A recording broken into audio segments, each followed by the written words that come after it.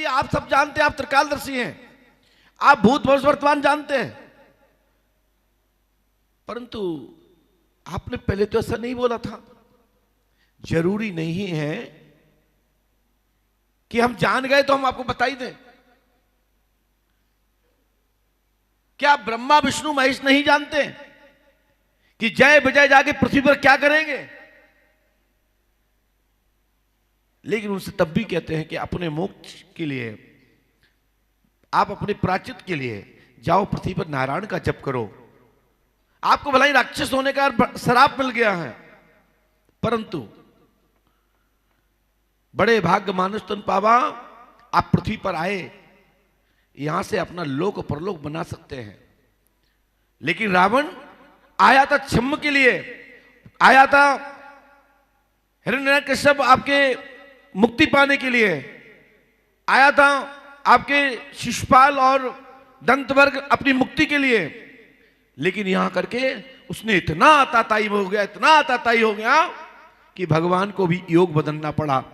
और भगवान कहते हैं कि संत वचन पत्थर की लिखा, मोर वचन चाय पर जाए फीका।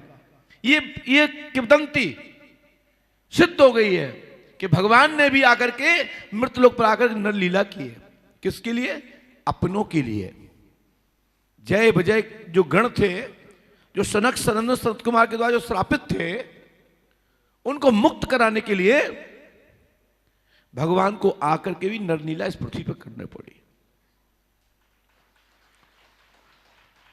भगवान जानते थे कि ये सब जानते थे परमात्मा, और उसके बाद भी इतना घोर राक्षस, इतने जहां साधु संत महात्माओं को दिक्कत में पड़ गए, वो जय बजय जो परमात्मा के गण थे, उन्होंने संत महात्माओं की दाढ़ियां उखाड़ दी। जहां राम लक्ष्मण को महाराज विश्वामित्र के यज्ञ में उपस्थित होना पड़ा, जानते थे कि रावण के द्वारा इतना अत्याचार होगा, उसके बाद भी भगवान को यहां आना पड़ा। मेरी माता जानकी का हरण हुआ, क्या नहीं जानते थे कि इसमें यह लीला करनी पड़ेगी? तो मानव को बताया कर्म प्रधानता, जैसा करोगे जैसा भरोगे। कई ऐसे प्रश्न हैं जिनको प्रश्नों को जाना जा सकता है, बताया जा सकता है, लेकिन सार्वजनिक नहीं बता सकते। इसको समाज को हानि होगी, धर्म की हानि होगी। कई बार जानने के बाद छुपाया नहीं जा सकता।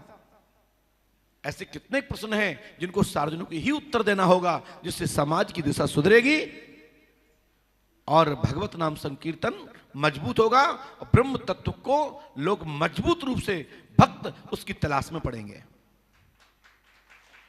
जो मेरा मानना है, मैं जानता हूं, समझता हूं, लेकिन कई बार सार्वजनिक प्रश्नों के जवाब हम नहीं देते। कई लोग पूछते भी हैं, सगे संबंधी परिजन लोग पूछते हैं, ऐसी कौन सी बात थी गुरुजी जो आप मंच पे नहीं बोल पाए? आप तो मुखर रूप से बोलते हैं, आप में वो क्षमता है, लेकिन उसके बाद भी बंद कमरे में क्यों? इतनी कितनी चर्चाएं हैं। क्या वो राम से, वो काल जिस राम ने सबको संसार को स्थापित किया, अखिल ब्रह्मांड नायक है, उसके बाद भी उस काल ने राम जी से चर्चा करने के लिए एकांत में ही निवेदन किया।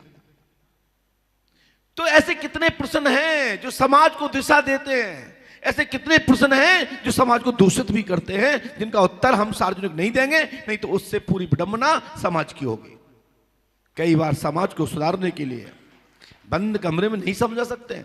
हम भी कई बार दरबार में लोगों को मुर्गा बनाते हैं, कान पकड़ के उठवाते बैठवाते हैं कि भाई तू सुधर ना सुधर, लेकिन देखने वाला सुधर जाए कि कोई कोई तुमको जानने वाला जानता है, उस परमात्मा से डरो। तो आप लोगों से निवेदन है कि कथा की हर बात जरूरी नहीं कि आप समझ जाओ। देवताओं की भाषा और कवियों का संकेत ये साधारण नहीं, ये समझ लो साक्षात ब्रह्मा की वाणी है। जहां ना पहुंचे रवि वहां पहुंचे कवि। और फिर एक बात और है, जहां ना पहुंचे कवि वहां पहुंचे मतलबी। अबे तुम्हारे भी कोई पैर छू ले ना, अरे कितना अच्छा आदमी है, बेचारे ने पैर तो छुए ना, तुमने क्या दिया उसको? उसने पैर छू लिया, तुमने सब दे दिया। ये संसार है, इस संसार में बहुत सारी ऐसी चीजें हैं।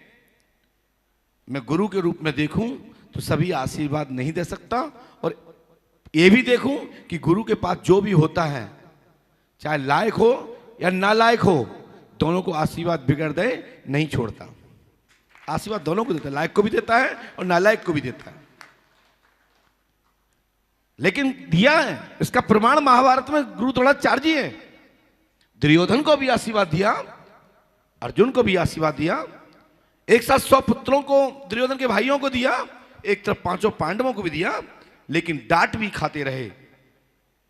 अहंकार, घमंड,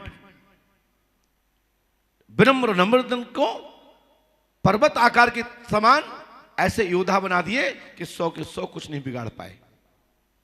पूरा उनका संगठन, पूरा कहें समूह, पांडवों का कुछ नहीं बिगाड़ पाया, क्योंकि गुरु आशीर्वाद था, मजबूती से था, उनके साथ में भी था, लेकिन वो गुरु के शब्दों पर शंका और संदेह जताते रहे, इसलिए उनकी शक्ति हमेशा निष्क्रिय रही। हमेशा उनकी शक्ति क्यों निष्क्रिय रही? क्योंकि गुरु, ऐसे हमारे बाबूजी बैठे, आपने विद्यालय में, आप एक हमारे बाबूजी है, कानपुर में भी, अलग अलग तहसीलों में भी, कई विद्यालयों में आचार्य प्रबंधक के रूप में नहीं कहेंगे, लेकिन पूरा प्रबंधक का कार्य भी संभाला है। लेकिन आपने कभी किसी बच्चे से कहा कि बेटा तुम्हें बाद में बताएंगे, तुम अभी लिख लो, तुम्हें हम शाम को बताएंगे? यदि क्लास में एक साथ बैठे हैं ना, तो एक साथ लिखते हैं। लेकिन चतुर चेला होता है ना, तेज, गुरु आज्ञावान, गुरु की भाषा को समझने वाला, वो कहता है गुरुदेव मैंने लिख लिया है, अब मिटा दे, दूसरा बताएं।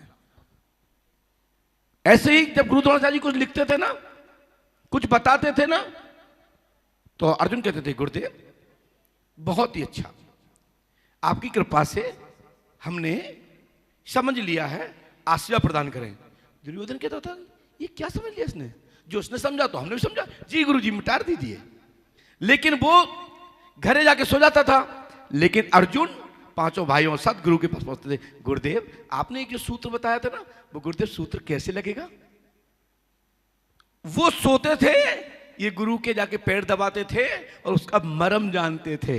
यहां से प्रश्न तो दिया जा रहा है, उत्तर तो दिया जा रहा है, लेकिन जो छेपक कथाएं हैं, जो ऋषियों महर्षियों ने बीच में ऐसे मर्म डाले वाले विषयों को संदेश दिए हैं, लेकिन उनका जवाब आप नहीं समझ पाएंगे जब तक उस गुरु के चरणों में जाकर के समय नहीं दोगे, तब तक वो मर्म नहीं जान सकते। किताब तो बहुत सारे लोग पढ़ते हैं, पोथी सभी लोग पढ़ते हैं, पोथी में वही कथा है, तो हमें 3-3 आचार्यों को बुलाने की क्या आवश्यकता थी? हर समय अलग अलग आचार्य से वही विषय को सुनोगे तो अलग अलग अर्थ मिलेगा। प्रश्न तो एक सा हो सकता है, लेकिन अर्थ अलग अलग होगा, लेकिन अंततः यदि विद्वान तीनों आचार्य हुए तो उत्तर एक ही होगा। शब्दों के अलग अलग शब्द कोर्स मिलेंगे, सजाने की गुलदस्ता एक अलग अलग दिखाई देगा, रंग बिरंगे फूल आएंगे, अंततः उस फूल की खुशबू के बारे में पूछा जाएगा तो एक ही होगा कि ब्रह्म को पहचानो, ब्रह्मो एको न द्वितीय नास्ति, परमात्मा एक ही है। हमने जीवन में गुरुमुख से अध्ययन नहीं किया, कथा तो हम भी कर सकते हैं, लेकिन मैं अतिक्रमण नहीं करता, क्योंकि लोग हमारे विषय पे काम अतिक्रमण नहीं करते तो हम क्यों करें? तो जो गुरुकुल पढ़ के आए वो ही कथा करें, और हम कथा करवाते हैं, इसलिए कराते हैं क्योंकि ये कथा के आचार्य हैं, गुरुकुल से आए हैं, विद्यालय से गुरुकुलम से पढ़ के आए हैं, गुरु अध्ययन से आए हैं। जो गुरु अध्ययन से होता है उसकी कथा अंग लगती है। जो भोजन नम्र होकर के भोजन पाता है उसको वो अन्न अंग लगता है। ऐसी जो गुरुकुल से पढ़ के आता है उसकी विद्या यजमान को अंकार होती है और उसको फलीभूत होती है, और जिस कामना से करते हैं उस कामना भी फलीभूत होती है। लेकिन हम गुरुकुल से नहीं है, हमने गुरुकुलम गुरु के शरण में बैठ करके हमने श्रीमद् भागवत कथा का, रामचरितमानस का अध्ययन नहीं किया है, सुनता जरूर हूं। तो सुनना जानने में दोनों में फर्क है। और गुरु विद्या प्राप्त होकर के उसका प्रचार करना तो स्वयं के लिए लाभदायक है और सामने वाले के लिए लाभदायक है। स्वयं पढ़ने पर हमारे लिए तो ज्ञान दे सकता है, हम जिनको सुनाएंगे उनको लाभ मिल सकता है, क्योंकि चोरी है ये। विद्यालय में एडमिशन करा के ही पढ़ना चाहिए, गुरुकुल में गुरु की शरण में बैठ करके ही विद्या ग्रहण करना चाहिए। मैंने एक दिन कहा था कि आजकल कथा 7 दिन की है, तो 7 दिन के 7 चैप्टर फिक्स हैं कि ये 4 भजन होंगे। अतिरिक्त किसी यजमान ने ज्यादा आग्रह किया तो 2 भजन ये वाले होंगे, और कथा हमारी ये होगी, और 2.25 घंटे के पहले 3 बार घड़ी ऐसे ऐसे चलेगी। ये संकेत हो जाए कि हम फिक्स टाइम पे पहुंच गए हैं, अब बढ़ाना नहीं। लेकिन जो गुरुकुल से पढ़े होते थे आचार्य, जो पढ़ के आए हैं, जो व्यास गद्दी बैठे हैं, वो 2 टाइम कथा करते थे। अब एक टाइम में कहते हैं अरे हाथ रह जाएंगे, हमारे अजय शास्त्री जी बैठे होंगे, अरे नहीं अब 2 टाइम नहीं कर सकते। जो कि अजय महाराज जी तो उस जमाने के जेलर हैं जब उस समय 2 टाइम कथा होती थी। एक संत आए, बहुत अच्छे विद्वान थे, जो तो संगीत के बड़े अच्छे विद्वान थे। अरे भाई साहब मैं बता दूं, मैं तो हिंदी अच्छे से आती नहीं, मुझे इंग्लिश आती नहीं, वो हमारे सामने संस्कृत बोल रहे थे।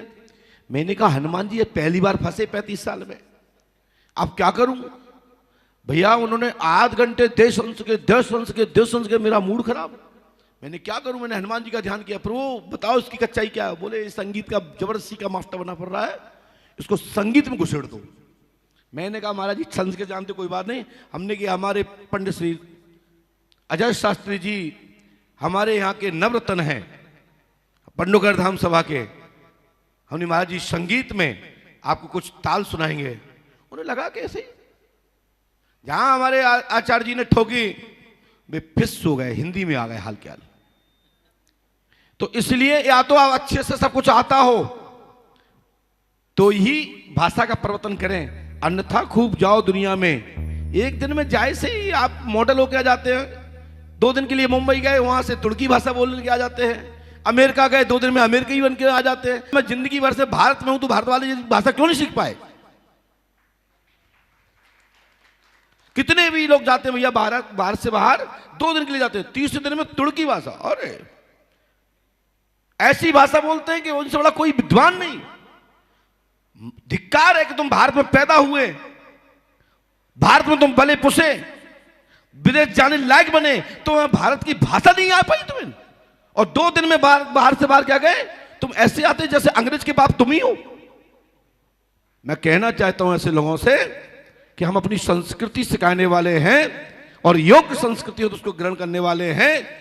अशुद्ध अभद्र संस्कृति को हम अधिग्रहण नहीं करते, चाहे दुनिया का कोई भी हो। हम भी कई देशों में जाते, लेकिन हम अपनी भाषा दे के आते हैं, उनकी उचित भाषा जो होती है उसका अध्ययन करते हैं, शेष वहीं की थोती बातें वहीं छोड़ के आ जाते हैं।